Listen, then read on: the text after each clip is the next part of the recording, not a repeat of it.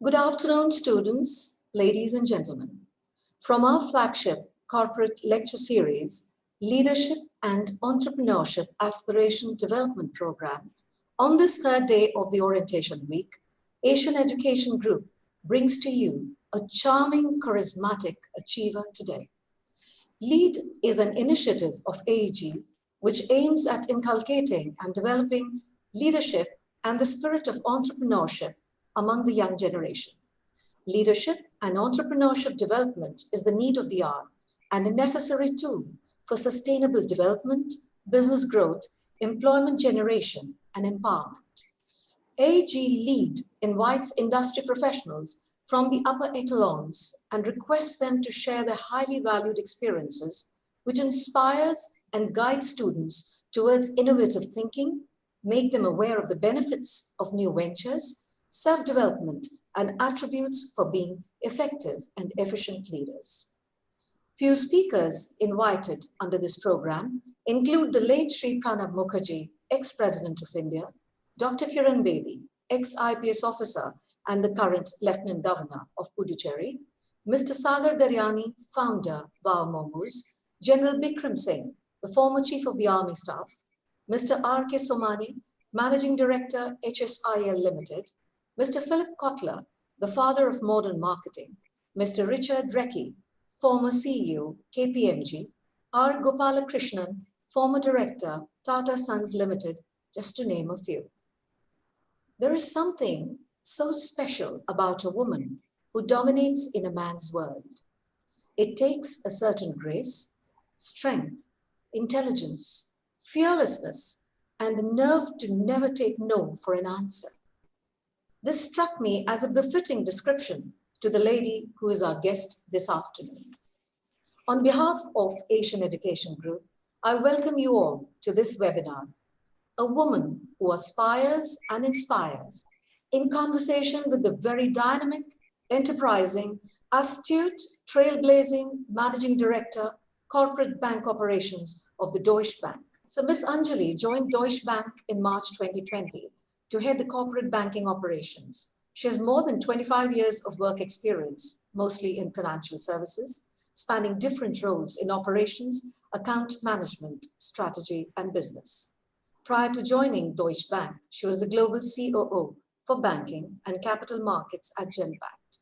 She managed a global portfolio covering the Americas, Europe, UK, and Asia Pacific for all delivery across BPO, analytics, and digital services. She was responsible for all banking clients and led a team of 20,000 people spread across the many global delivery centers of Genpact. Ms. Anjali spent 14 years with Genpact in different roles across business operations, the people function, and the corporate strategy team. Prior to joining Genpact, she has also worked for American Express and FIS in her career. Ms. Anjali has an inherent passion for developing and sponsoring women leaders and promoting gender diversity. She's part of many women leadership forums and organizations and an active participant in this domain. She mentors women both in and outside the companies she's worked for. Ms. Anjali is a postgraduate from Delhi University and enjoys reading, writing, and travel in her free time. She's married and has a 21-year-old son. Her biggest motto in life is to keep challenging oneself and learning, and she sometimes shares her thoughts on her blog, We Live and We Learn. They say, the empowered woman is powerful beyond measure and beautiful beyond description. How aptly you fit the bill, ma'am. Ms. Anjali, we welcome you now to this platform where we await eagerly to hear about your tremendous journey. I hand over the session to you. Thank you so much. Thanks for introducing me. Thanks for giving me this opportunity to speak to your students, and I'm really looking forward to it. So when I think about what inspires me and what is my Ikigai, this comes right up there. I really enjoy listening to young leaders of tomorrow. I enjoy speaking to people, especially young students who are going to be our future leaders, because I think they're bringing in the next level of ideas. So this is a great opportunity, and thanks again. And like I said, I'm very, very pleased to be here. It is one of the things I enjoy doing when I can get away from my corporate life. Ultimately, when I think of where I'll end up after 10 odd years, I suspect it'll be somewhere in this field of mentoring younger people, maybe in education or somewhere. So let's see. So thank you again. You've called out a little bit of my life. I can talk a little bit more about it, but what I'll do is leave it more open to questions rather than me on a monologue, because there's less value in that, honestly. So like you said, I joined and began my career at American Express. I was fairly young. I think I had an interest in financial services. Banking was a very what's the right word? It was a career that a lot of people were aspiring to when I was young. And so by default, it was an area that I gravitated towards. But once I joined American Express, I spent 8 years there and I frankly loved it. So I enjoyed all aspects of it. I enjoyed the people. I joined in customer service, then I went into credit, and then I was in key relationship management. I was young, very ambitious, like most of you are, and I felt as if, Amex wasn't moving fast enough for me, and I want to do more. So around end of 1998, 1999, 2000, the BPO wave was coming in India, and that was sort of this new industry getting created. And I was young and ambitious, so I thought I would ride that wave, and that's how I left American Express to join FIS. FIS, I was doing Amex work. I was setting up American Express because it was their partner. So that was my first sort of introduction into what does outsourcing mean? What is business process management? What does it mean to transition? And instead of being inside American Express became my client. Shortly began to love that as well. My father did ask me, though, to be honest. He was alive then. Unfortunately, he died shortly thereafter. But he looked at me and he asked me, tell me something. Why are you leaving a company called American Express to join a company called FIS? Why are you leaving a 9 to 5 job or, a regular day job to work in a company that's going to need you to maybe work mornings, evenings, late night calls, because that's the nature of this industry. And my son was 2 years old at that time. I didn't have very, convincing answers for him. I just told him, I said, I feel like this is the next thing that is going to, drive the industry. And I feel like this is a great opportunity and I want to do it. So I did join, and no regrets. I loved my 4 years at FIS.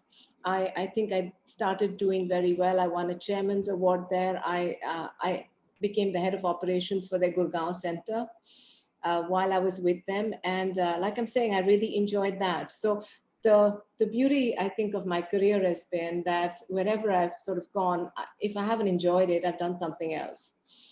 From there, I left and joined Genpact. And another part of my career is from American Express, I got pulled into FIS by one of my bosses who was now heading FIS. And he called me and said, we're getting American Express work and we'd love to get a leader to come and set that up for us. I left FIS because one of my bosses, who was my first boss in American Express, actually called me and said, why don't you come and join Genpact? Because we've got a very big banking client. So come and have coffee with me. Went to have coffee with her and she goes, where's your resume? She was Anju Talwar. She's quite a legend in industry in her own right. And I was like, Anju, I came for coffee. I didn't know you, it's an interview. And she said, no, this is what we're doing. We'd love to have you on board. So why I'm sharing that is that it is great that's a validation in itself when your old bosses call you and say, come and work for us again. And my career has had many, many, examples of that, which is wonderful. So joined Genpact 2006, and it's been close to 14 years that I spent with Genpact. Genpact was just, carving itself out from Jekis, which was the captive for GE, and becoming a third-party provider, joined as a line of business leader for Wachovia, which is Wells Fargo.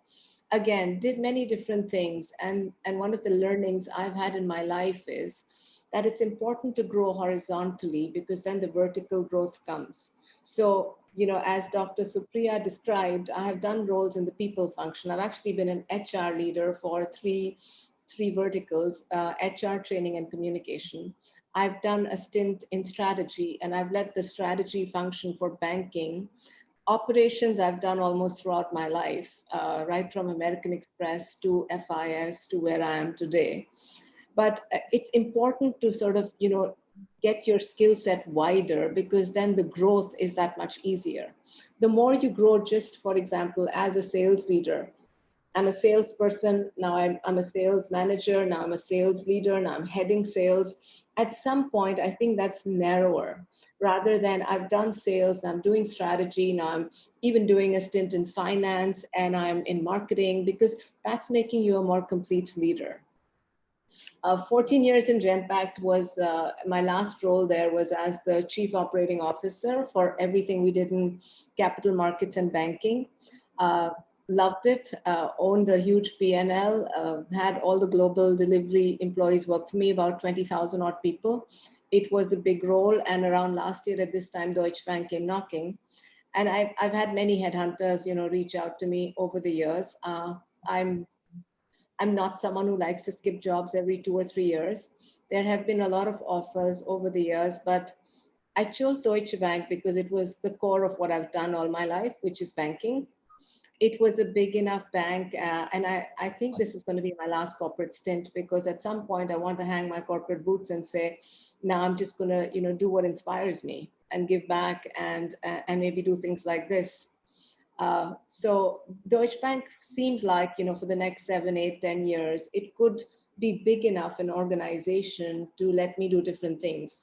Because I have changed roles, even if I've stayed in the same company, I've changed my role quite often. And I think you have to keep reinventing yourself. You have to keep doing different things. You cannot just, move up like a tunnel, because then your skill set is very, very narrow. And that at some point then will stagnate you and your career. So it's been an interesting journey for me. I think I don't believe in luck. I do believe in grace, and I do believe that if you keep, doing the right thing, if you keep working hard, and if you work with sincerity and integrity, uh, you are sometimes, there is grace. So you are sometimes, just given all the opportunities at the right time, at the right place in your career. And some of that has been what happened to me. A little bit of risk taking also, I'm thinking, because to leave Amex and say I'm going off to FIS was a little bit of a risk. And then to leave, and in each of these companies, there was nothing that was pushing me out, right up till Genpact, when they wanted and they, tried to retain me and hold me back. So every time I've switched, and it hasn't been that often, but there's always a risk, because you're getting out of your comfort zone. You're getting out of a company where you build equity, where you have recognition. But that's part of who I am, and that's part of my intrinsic nature to keep doing the next thing. And I'm just going to say three, also Dr. Supriya called out, I love to work with younger women, because if they can learn from my journey, I would be happy if I inspired a few. I mentor women in every which way. I've just finished mentoring a Vedika scholar's young woman, and she, came and had coffee with me, and I heard from her that she got a job on day one of campus recruitment, and I was thrilled for her. I also mentor women who are in corporate life, both inside the company as well as outside, and I've done that throughout. It's a little bit of, as we grow older, our experiences teach us a little more. And also for women, I think that whole journey is a little more just about building confidence and being able to say, I can instead of can I. So when women ask me what they should do, I say there's one thing you've got to change, one thing that can fundamentally change your life. It's going to be saying to yourself, I can, and not asking, can I? And that's the difference between most young men and women. I think your generation is different, all of you. I see my son and his friends, and I think those young women are coming up far more confident and assured than what we were. But that's something I'm very passionate about, and I do spend a lot of time working in that space. I do believe in giving back, so I like to work, with disability or older people as well. I love to travel. That's what I do in my free time. with my son, my family, my husband and son. And I've seen a lot of the world over the years. So I enjoy that. I think travel is an education, it's an experience. My father was in the Foreign Service, so I grew up with a lot of traveling. I'm from an American school and I've done O levels. So I was in a British school and I was doing O levels, and then he got, you know, transferred again. And then I had to go to an American school and I did IB, International Baccalaureate, at a time when IB wasn't recognized in India.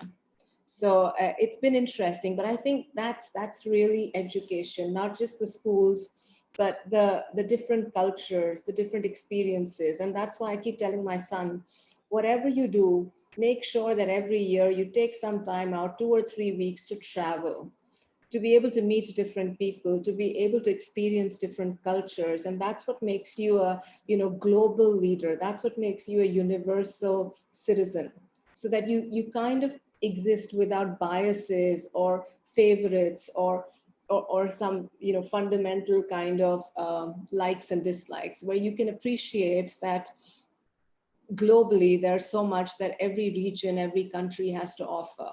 Because I think your generation has to be able to do that, be global citizens. Look what happened to the world with COVID. Nobody was spared. There isn't a country in the world that could say, I'm isolated and I'm different. No religion was spared. No race was spared. It was a virus. It attacked all of us because we are all in this world and we're all global citizens at the end of it. So it did not differentiate. And the more the future leaders can be about unbiased, you know, inclusive, diverse leaders, the more success the companies that they work for will have, and the more success they themselves will have. Because it's not just going to be about, you know, your IQ and how smart you are. It's going to be about what kind of a leader you are. So 2, 3 things as, you know, lessons, and then to questions. As you go through your career, stay curious and keep that learning mindset, because that's what's going to make you succeed. The day you say, I know it all, been there, done that, is the day you're regressing, because nobody knows it all. And therefore, the more you can have that learning mindset, the more and more you're going to be future ready, because we all have to be. The world is changing so fast. The second thing I'll say is be boundaryless. So, you know, whether it's your career, don't stay locked into a certain, you know, space.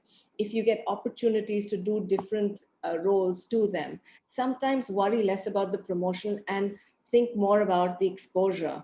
So you're a sales and marketing person and somebody's giving you exposure and strategy. Is that better to do, or is it better to get promoted as a sales and marketing, I don't know, manager?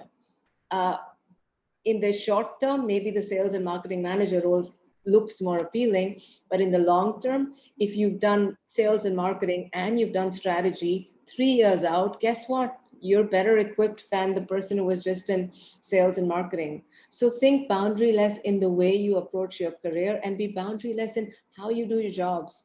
Don't just lock yourself into a little box and say, this is my job description, this is my guideline, and this is what I'll do. Have the ability to move up and be strategic, and have the ability to roll up your sleeves and get into the detail. Be boundaryless in how you treat people. Don't think this person doesn't work for me, or this person isn't my boss and therefore I can't, you know, say. Speak up. If you think what your point of view is right, or it's not even right, it's just your point of view, but you want to state it, go ahead and do it. And the last thing is what I really believe in and how I started, Ikigai. So it's a Japanese concept, and I've now become a fan of it and actually apply it. At some point, maybe I want to be an Ikigai coach. But Ikigai is about finding your Ikigai. And what does that mean? It really means, what are you good at and what are you very passionate about? Because whatever you do, you should be passionate about it, even if it means showing up for a talk somewhere. You know, don't just go through the motions because that's what you had to do. You've got to be inspired by it, and you've got to inspire others as you do it. So what you're very good at, what you're passionate about, and what the world needs and is going to pay you for. So where those 4 things intersect is your Ikigai. And if you can all figure out your Ikigai and say, this is what I'm going to develop and this is where I'm going to go forward, your success is guaranteed. So whatever you stand up and do, make sure you're passionate about it. Don't be in a job that makes you feel oh my God, tomorrow's Monday, I have to go to work. I'm so bored. Or Jesus, you're in the wrong job, because all of us have some role or some business or some, a job or something that we'll do which will really inspire us, where we can't wait to wake up the next morning and start. Find that, because then you will be naturally successful at it. It's in the natural flow of who you are, and therefore you will succeed. That's my two bits. I don't want to take more time. I want to hand this over and actually, answer your questions. So back to you, Dr. Supriya. That was one engaging talk. So we have a collection of students' questions with me, and we'll begin with the first one, which says, how can we make ourselves industry ready, considering the current change in the work patterns in the new normal? So even before this began, right, there was a lot of conversation around the future of work. There was a lot of study around it. There was a lot of debate around it. And we were all saying we are right now in the middle of the fourth industrial revolution, which is the digital revolution. So the future of work was being debated. And what COVID has done, it's become a catalyst, and it's brought the future of work into the present. So it's no longer the future, it's right here. Secondly, we were in the middle of the digital revolution because the world was changing. The world was becoming very, very different in most industries. If you see how much media has been disrupted, if you see how much banking has been disrupted, the world has become about mobility and the Internet of Things and digital. And technology and digital interventions are changing faster today than they ever were in the past. So what I always tell my teams and people who are young, you've got to stay future ready. It doesn't matter about whether it's COVID times or otherwise. You've got to keep thinking about 2 years out, what is the world going to look for? 3 years out, what do I need to be ready for? And these days, it's very, very important to be digitally fluent for any job that you do, because the world is going to look for those skills. So if you walk into jobs and you don't know what RPA is, or what process automations are, and if you don't know what transformation can do for people, or if you're in marketing, what customer analytics is, what consumer behavior is, depending on what area you're in, you should know what are the latest trends, and you should make sure you equip yourself with that knowledge. And there is the future coming. We get glimpses of it. There are lots of reports that start coming out about it. Read the consultants, read some of the white papers that come out. So there's always a sense of what's coming. And all I can say is start building those skills in whatever area of interest you have. So if you're a banker, it'll be very different. If you're, in pharma, it'll be very different. Look at what healthcare is, how healthcare is changing. Or if you're in the IT, like Google and Facebook, if you're in that space, social media, it's reinvented the way people think. And now, of course, it's under a lot of controversy as well. But depending on what your area of interest is, where do you want to go, you should be abreast with the latest that's going on in that space. So there's no one skill, but there are changes that are happening. And the digital revolution, analytics, the fact that people will work from anywhere in the world, people will not have the 9-to-6 jobs anymore. That's what's coming. Part of it's happened because of COVID, but it was supposed to happen in any case. I hope that helps. Yeah, of course it would. Sounds so great. The second question coming to you is, what key skills are required in a fresh candidate to start a career at Deutsche Bank? So when a candidate is fresh, we're not really looking at skills. We're looking at, at times we prefer commerce skills. At times we look at, whether or not you have any exposure to accounting or any kind of, finance curriculum that you've gotten exposed to. At times we don't. So if you're just a graduate joining Deutsche Bank, it'll be about your inherent skill set, right? The competencies that you're bringing to the table. And sometimes there are even, written assessments that are done about your, it's more like an IQ. It's not about, do you know accounting, or do you know cards, or do you know lending, because those are not spaces we expect fresh graduates to know. It's more about Do you have the, energy? Do you have the willingness to learn? Are you fundamentally someone who learns quickly and is able to grasp concepts and seems to be someone who can work well in teams? Because those become important things, not just for Deutsche Bank, but for almost every company. That's what people look at. When they put you in group discussions, that's what the assessors are looking for, right? They're looking for who spoke with confidence. They're looking for who, when say there was an argument, who got heated or who got um, unprofessional about it, and who was able to stay calm. So they're actually looking for those underlying traits. And that's what happens in group discussions and in interviews, because these are young, fresh graduates. We don't expect them to come with banking skills at all. We just expect, top talent for us means someone who's wanting to start a career in banks or in a financial services organization, knows why. So you should be kind of passionate about why that space is important to you. And then the rest is really about who you are as a person. We're not going to ask you, detailed questions about describe to me how a bond is issued or something. No, nothing like that. That sounds so heartening. I hope they're all listening to this. Yeah. Being a woman who has aspirations, one may be weighed down by the stress of not being able to balance the work and home. What advice would you give to such women? So yeah, great question. I get asked that all the time. That work-life balance is sort of the biggest thing that one women struggle with, and that's why I like mentoring women. First of all, when you have, I had this young mentee. Okay, I'm going to just talk of an example. I do this FICCI walk. They do that every year. It's a mentoring walk, and they assign a young woman to you just for that walk. And that person shares something for the next hour or two that you walk together, and then you mentor them for the next 6 months. So she's walking with me and she tells me she's 3 months pregnant. She worked with a very good financial institute. And that when she has her baby, she's just going to take 3 months and rush back because she's worried about this competition and will she, lose out and all. So here's my first advice to all women. When you go and have your baby, whenever that is, take 6 months off, take 1 year off. The corporate job isn't running anywhere. And you have more than enough time to go back to that. But find time for your, baby when you have one. So don't rush back in 3 months. It isn't going to matter. It's going to be more rewarding for you to spend 6 months or a year with your baby. Some women even choose to do more, and that's fine. So take time off whenever you need to for whatever is important to you in your personal life. It's important to do that, and it's okay to do that. And it's a great time to be a woman in corporate life because every company worth its salt is so aware of the differences between women and men.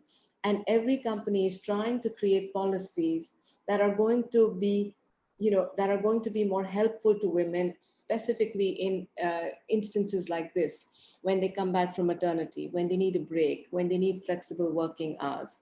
But my biggest piece of advice is you will not get the same work-life balance as a homemaker.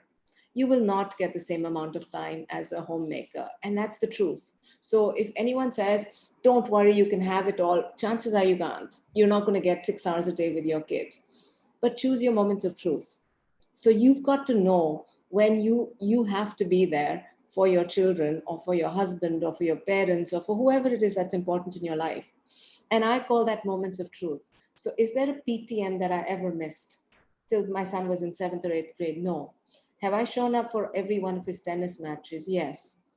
Have I shown up for, whatever is important to him when family is sick? You literally say, can't come to office, don't know when I'll be back. I will be back when my family member is fine. I know when my father had a stroke and he got hospitalized on December 12th and he died on February 2nd. From December 12th to February 2nd, I didn't go to office. I just couldn't. Because even if I would have, I wouldn't have functioned. He was in ICU. I told my boss, I will come back to work when my father comes out of ICU. Unfortunately, he never did. He died. So those are your moments when you owe it to yourself to just put your corporate career on the side and be there. Because if you're not there in those moments of your life, that's when the guilt is overwhelming. And that's when, women feel, oh my God, I shouldn't have, or I did. And, I'm not there for my kids or my husband or whoever. So find your moments of truth. I don't know what they're going to be, but when those show up, then nothing should matter more to you than that, and just be there. And that's how you kind of make peace with it. That I've decided birthdays, these events, uh, health of my family will come above everything else, and I will not compromise it. And trust me, most bosses are so willing to understand that. Women don't have that conversation. And that's one of the reasons I mentor women. And I always say, have the conversation. What's the worst thing you can hear? No, we can't do this for you. Nothing can be worse than that. So have the conversation and, figure out what's really important and show up for that. That's beautiful. Okay, so there are certain students here, Miss Anjali, who would like to question you. And the first one is Varun. Varun, are you there? Yes, ma'am, I'm here. Put across your question, please. Good afternoon, ma'am. Hi. Good afternoon, ma'am. Ma'am, I would like to ask you a question, which is how important is company culture to you, and what measures do you take to maintain a desired culture? Wow, that's a great question. And culture is probably the most important thing in a company. You've all heard the saying, culture eats strategy for breakfast. And that's something that a lot of marketing, a lot of management gurus have been saying. And guess what is the one thing that I checked when I left Genpact and I was joining Deutsche Bank? The only thing that I worried about was, will I fit into the culture? I didn't worry about the job because I kind of knew I can figure it out, I can learn it, I'll be able to do it. But a culture is, the most important thing in a company. What does it do? It creates a positive, atmosphere, a positive workspace. If you have a good culture, it keeps your employees happy, so your attrition is always low. Retention is much, much, higher. Your key employees, your top talent doesn't leave you. A good culture always has the speak up culture, that employees can speak up and say what they want. And they can actually escalate stuff when they think it's one of the things I said earlier, that speak up for what you believe in. So you have to be in a company which is going to recognize that and appreciate that, and culture will define what kind of company appreciates that or not. So it's a great question, and there's like tons and tons of research and material on culture and how to build a good culture. Big companies actually employ experts to help them develop that culture.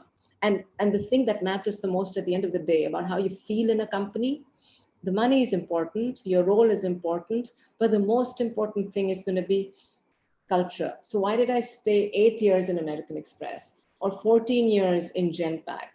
They must be doing something right. I must have liked the culture. And both are really outstanding companies. And if you look at the best companies to work for in India, both come in the top 25. So it's like, because of that, people stay, people grow, people enjoy working there. So culture is super important. And thanks for that question. You guys have to also assess what kind of companies you join and whether it's going to be a culture you'll enjoy. Thank you so much for answering it very well, ma'am. Thank you so much. Nice question. The next question coming to you, Ms. Anjali, is what are the socio-economic trends emerging from the sectors which have a high concentration of women employment?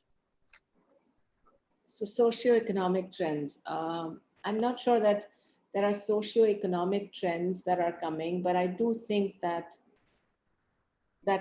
things have to change at 4 levels for women. And one of them is society and family, because that's the starting point. They have to change right there and then. It has changed. In my generation, it was that much tougher. Maybe my mother's generation had a much, much tougher time with women working. My generation had a slightly easier time, but not completely easy. There was still, believe it or not, a lot of women who, when they got married or they had a kid, stopped working. Very smart, very educated, very ambitious women, because the families that they were married into or their husbands didn't want it. So there has to be the fundamental family support, then society, because that's the larger socio ecosystem that we live in. has to start also understanding and appreciating that women, the workforce is 50-50, right? 50% are women. And if 50% of the workforce doesn't work, what's it going to do? Unfortunately, in India, the statistics are dropping, and they've dropped from, I think, 37% to 28, 29% of women in the workforce. So we have to figure what we're doing wrong over there. Then the third big area is corporate. And that's something which has changed the most, I think, because every company has defined diversity and inclusiveness and gender diversity as a big, big agenda item. It's sitting on every CEO's table. Every company has got targets that they have to meet. Every company measures how we're doing on women in leadership, how we're doing in disability hiring. So I think every company that's trying to be a professional multinational, a company with a growth mindset is mindful of all this. And the last one is policy, right? Policy at sort of like a state and government level. And to my mind, in India, I think that's pretty good. I don't think there's any differentiation for women. And ideally, women should be paid exactly the same, if not more, as men. So it's not an easy answer, because these are four sort of factors that completely merge into each other.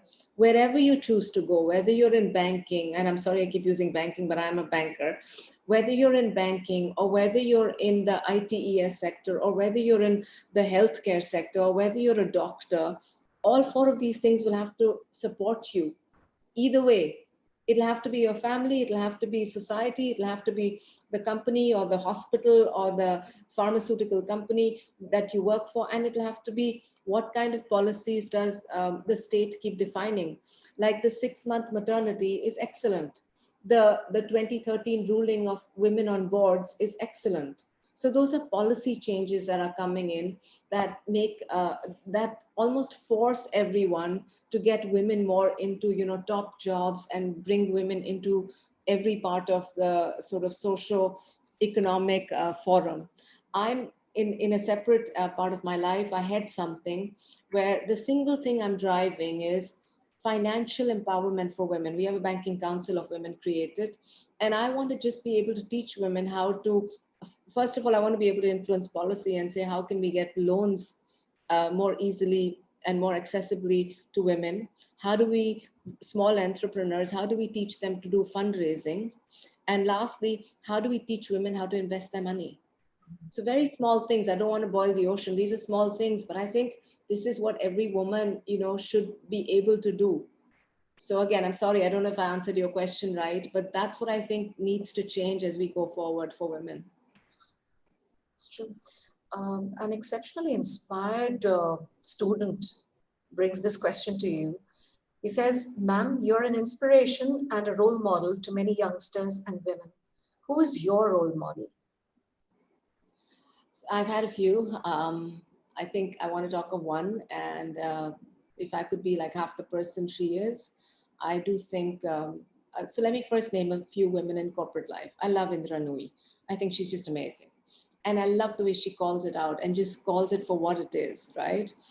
I've listened to her interviews, and I think she's a fabulous woman leader. And she's a very blunt, in your face woman leader.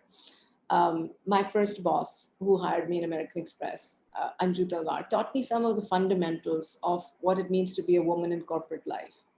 But my biggest role model in my life has been my mother, I think. And my mother is brilliant. So my mother is a PhD in Canadian literature. She is, in her time, she was IAS batch 1963, but she decided not to take it because she'd fallen in love with my father, who was in the Indian Foreign Service. So they realized that they couldn't be IFS and IAS. And unfortunately, that's the sad part, right? It's always the woman who becomes the trailing spouse. And it's very rarely the man who says, oh, it doesn't matter, I'm going to give up my career because I think, you're doing great. She's a published author. She has written a number of books, articles. She was teaching all her life. Wherever she traveled, she taught in Canadian universities. She's taught in Nepal University. She, I think even after my father died and she herself is a heart patient, she said, no, I have to teach because Otherwise, I don't know what I'm doing. She's a voracious reader. Now she's 80 plus, but she can pretty much answer most stuff under the sun. She's a Sudoku expert. I tell her you should enter Sudoku competitions. You'd probably win it. But she's just been such a phenomenal role model for me to have, right? To have this person who was so bright, so intelligent, and she did so many different things with her life instead of sitting and mourning that I couldn't join IES. And she just embraces life. She is positive about life. She's always about, what's the next thing I can do. So with a mother like that, it's like it was a very, very tough sort of, it was just, it still is hard to live up to everything she's been, and still is, knock on wood. I talk to her every second, third day, and that's inspiring. She lives in Mumbai with my brother, but she's one of the most inspiring women I've ever known, and I'm fortunate that she was my mother. She is my mother. Yeah. God bless her. Yeah. The next question, Ms. Anjali. In the current COVID-19 scenario, banks in general have lowered interest rates considerably. What sort of impact is it going to have on the economy? So banks are doing this because you want to be able to start. Let me take a step back. What will boost economy, right? Why is the economy gone into minus 10% is what I'm hearing from IMF. That's what they've now rated India in the latest review. It has become minus 10% because all of our business came to a standstill. And what does that mean? What does it really mean, business came to a standstill? It means all of the spending that people do stopped. And what boosts an economy? Spending. So what do we need, right? Or what does every country need? It needs the people to go out and spend some money so that all the small and medium businesses and all the corporates and all the airlines and all the hotels and just about everything, retail, starts making some money again. And the moment that happens, the businesses will lift and the economy will lift. So for people to be able to spend, that's the underlying sort of economic theme. You're lowering interest rates so that people will take money and buy a house, will take money and buy a car, will just take more loans. Lending will go up. And when lending will go up, it's because people want to spend that money. When people will spend that money, economy will go up. Here's the downside of it, because this is why it's being done. The downside of that becomes if you give poor loans, when interest rates go down so much, then a lot of financial institutes and banks actually drop their guidelines, and you start giving loans sometimes to, or you start having a lot of non-performing assets. You start having a lot of bad debts, bad loans, where people just don't have the ability to pay you back. They took it because they needed something and they thought, wow, the interest rate is low. So that is the downside. That is what one has to stay very mindful of, because that was sort of the start of the 2008, 2009 financial crisis. And we could sit on something like that if all of our lending, which is currently going on with interest rates so low, if a lot of these become bad loans or bad debt, then it'll be a temporary spurt, but in the long run, it can actually have a negative impact. So now we have Shweta Kaushik. Yes, Shweta. Good afternoon, ma'am. Ma'am, my question to you is, as a leader, what factors do you think make an organization a great place to work so that the team remains motivated? Okay, so I think I said some of that, earlier as well, that the culture is very, very important in an organization, and that actually helps a team stay motivated. If you're enjoying the culture, you will enjoy staying in an organization. You must have heard the saying, you join companies, you leave bosses. So a company that has great leaders, and if you enjoy working with your boss, is when you'll stay. And what makes you enjoy working with a boss is the leadership, depth, and strength of a company. So therefore, if you have good leaders who know how to lead, and beyond a point, right? So like as you go up, as you become more and more senior in an organization, for a good leader, the biggest thing, it should be 40% of what a leader does, should be about building leaders. because the rest is by now getting taken care of with, people who work below you. You're giving it oversight, but you're not actually doing a lot of that stuff. But what you need to be doing is building leaders and being, an inspiring and a coach and a mentor for your teams, because you have to build the next generation of leaders. So if you work for leaders like that, then you're going to stay inspired and you're going to want to stay. An honest and transparent culture wherever you work, people like that. And so communication, how is the communication rhythm in a company? How does the senior leadership, communicate with the next level and across the company? And do people feel they always know what's going on in a company? The say-do ratio, right? So I say one thing, I do one thing. The more that your boss says something, does the same thing. Company says something, does the same thing. And it's about, with employees, it's to the street. So when analysts look at giving credit ratings to company, that's what they look at, right? What was your guidance and how did you come through with your guidance? So how good is your say-do ratio in a company? What are you saying? What are you doing? You set a strategy, do you execute on that strategy?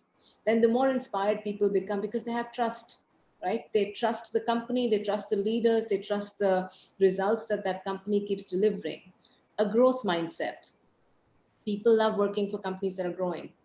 That's why Amazon, Google, Facebook, guess what? Where all the best MBA talent of the world wants to go today, it's to these companies. Banks are now much lower in the scheme of things. When I graduated, it was banking was very, very high in the aspirational companies. So what kind of brand has that company built externally, because it's growing internally? And then every person who's working for a company that's on a growth trajectory feels proud, feels inspired. So I think all of these are sort of some of the things that come together to make a company from good to great. And it's all top down. I do think that the leadership, the board, the leaders, they define what they want that to be. And the more they walk the talk, and the more you feel that, if your boss told you something, it's going to happen. And if your boss committed something to you, he's going to live up to it, or the company will live up to it. The more likely you are to stay in that company. The moment that you have a doubt, the moment you feel, but, oh, we were promised that last year also, oh, this didn't happen, oh, I've been waiting for my promotion 3 years, stuff like that. There's just then some dissent that starts coming in. So those are just some of the things, but it's a whole laundry list of things that I think companies have to think of. And that's why companies make things like operating plans, strategy, because they're trying to tick all the boxes and say, have we got it all covered in what we need to do? We'd really like to hear this one out, Ms. Anjali. Vijay Mallya and Nirav Modi, they created a storm. Being a banker, what are your views in safeguarding the interest of the bank and avoiding such frauds as those committed by these guys? So I think, very interesting question, and I think a little sensitive as well. So I do think, and I would like to believe that, so let me not comment on what happened, because let me talk of, how a bank should behave, right? I do think a bank, especially in corporate lending, in trade finance, which is, cross-border lending, cross-border financing, all of that. There are so many checks and balances that exist inside a bank. There is so much regulation that every country has that a bank is expected to follow, that if a bank were to follow all of those and go through their own checks and balances, have that with integrity, right? Do that with integrity, and not because someone's a friend of yours. So let me let this one go, or let me forget about that. Aa jayega, doesn't matter, right? So one is you following your own bank's rules, and every bank has very, very stringent rules, right? I know that even if I have to invest in my demat account on any share, I have to take approval. So if I decide to say, no, doesn't matter, I can do this, I'll go and invest, I won't tell them, then that's an integrity violation, right? That's an individual integrity violation. And then the next one becomes of your bank process violation, that the bank hasn't done what it sort of was doing in its own processes, right? It didn't have the right checks and balances. It didn't have all the processes it should have had in place. And the last one is regulatory compliance. And that is so strong, and that is put in place in every country, cross-border compliance, everything, every country has that, exactly to catch the kind of defaults that happened, and to be able to catch them sooner than where they reached in all of those cases. So there was failure probably at every point. I think there must have been individuals who lacked the integrity to catch it for whatever reasons. There was failure at an entire bank level, that they didn't put in every check and balance and they allowed certain things to happen. And there was failure at regulatory compliance as well, which is sort of at a national level. So it's unfortunate these things happen, but I think these are learnings for us. Yes. So now we have Abdul Hanan, who's waiting to put across his question. Yes, ma'am. Yes, put across your question. Okay, good afternoon, Anjali ma'am. Like, I have to literally say this thing, that you are an inspiration, literally, and the way you answered all the questions, the language which you used was so simple, and the answers were so informative. Like, I have to say this thing, that from now you are my inspiration. Oh my God, And thank you. I have a question for you, and the question is, if there is one thing that you will want us to remember along with our career journey, what would it be? So I think I already said it at the start. I want you all to do what you are passionate about. Find your Ikigai, because if you find that, you'll succeed. And live your life with a learning mindset. I have a blog. It's called We Live and We Learn. And it's called that because I believe that every day that we live, we learn. So if you can live your life open to learning, you'll be open to feedback, you'll be open to opportunity, you'll just be open as an individual. And if you are even 80 years old like my mother, and still wanting to read and learn and do sudokus, good on her. Wow. So those are the only things I'd want to leave you guys with. Find what you're passionate about and keep learning throughout your life. Okay. Thank you so much, ma'am. Thank you. So the next question for you, Ms. Anjali. India is still lagging behind when it comes to gender equality and justice. How do you think the governance system should change to bring about this equality of opportunities? So I kind of talked about it earlier when I said there are 4 pillars, and the governance or policy is one of them. I do think on paper a lot is there, right? So the policies are supporting women. I don't think there is any government, state or otherwise, which is not giving an equal opportunity to women. I think there's even a lot of places where it's a mandate that you have, like the whole boards thing, right? Women on boards. The problem with it becomes people are just doing a tick in the box. So now every company beyond a certain size and revenue and all that has to have one woman on the board if you have a board. So people have just put any woman, right? Somebody from the family, please come and sit on my board so that I tick this box. So the fault is, it's the way I answered earlier. Policy will have to be there to enable. And I think a lot of policy is already there. Or like the space that I want to go and work in, I'm going to see what are the lending rules for women and how many women know about it. So policy needs advocacy now, right? This is the law of the land. This is how we need to do it. Policy needs some champions. It needs some people to say, if I need a woman on my board, I run a banking company, I'm going to go and get an ex-banker to be on my board who will actually give us direction, right? And not just get my aunt on my board or my cousin sister and say, yeah, just be on my board and sign the papers because I've ticked the box of policy. So it'll have to be complete. It'll have to be society. It'll have to be corporate. It'll have to be governance. It'll have to be policy. But policy alone will not be able to do it. So it'll have to be a far more joint effort, and there'll have to be many champions who'll have to stand up and take forward some of these causes. When you work in women's fields, I often say in India, it's not about what to do. It's like, where do I start? Do you start at female infanticide? Do you start at girl education? Do you start at girl trafficking? Do you start at dowry? Do you start at, women in corporate life? Do you start at finally women leadership, which needs to be at 25, 30% in a company? A lot of conversation, right? But it's like literally choose one area and then go and champion that. And there are a lot of great people doing it.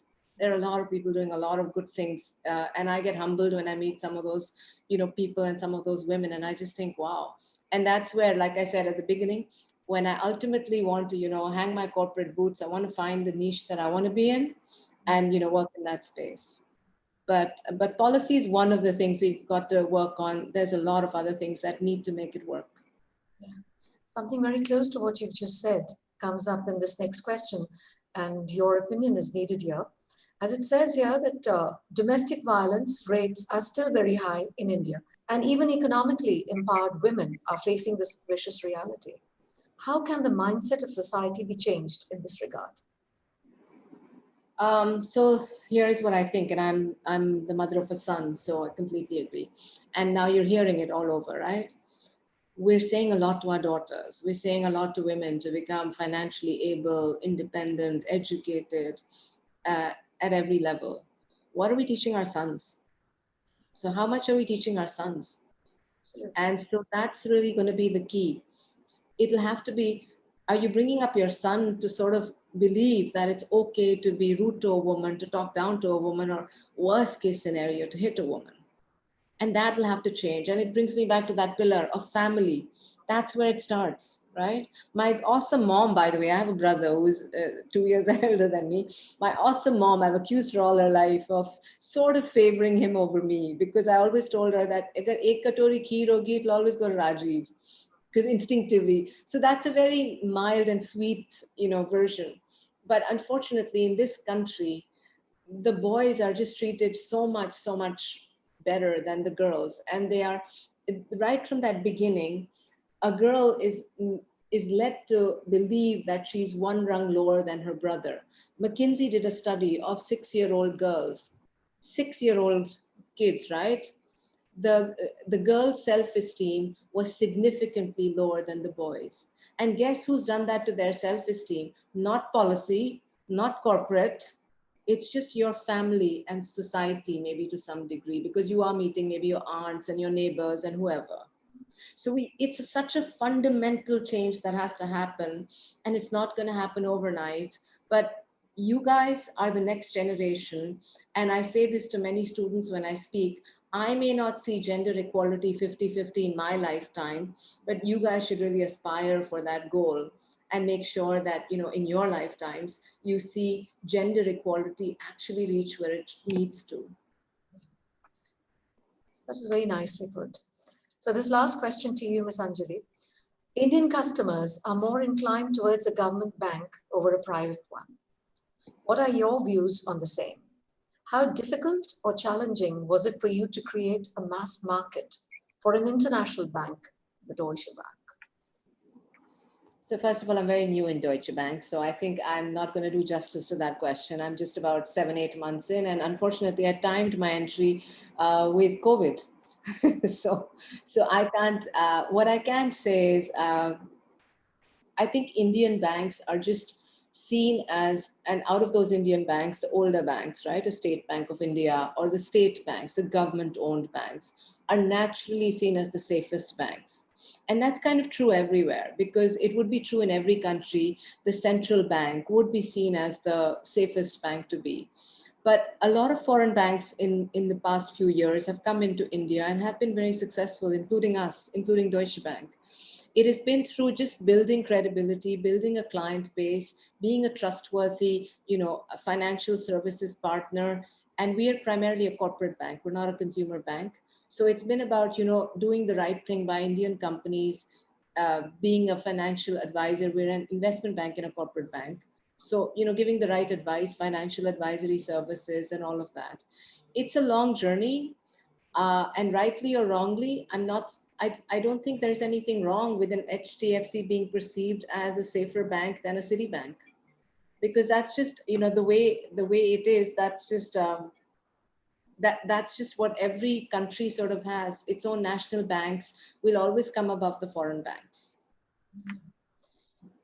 Ms. Anjali, you've given so many tips and I should say tips and tricks to our students. Could you condense it all in just a one-line message for my students, a sort of a career advice or something?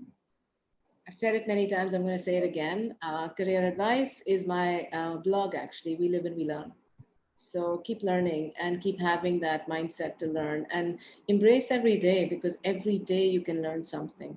And if you're not seeing that, then open yourself up to it. And the more that you learn, the more you're going to be able to succeed.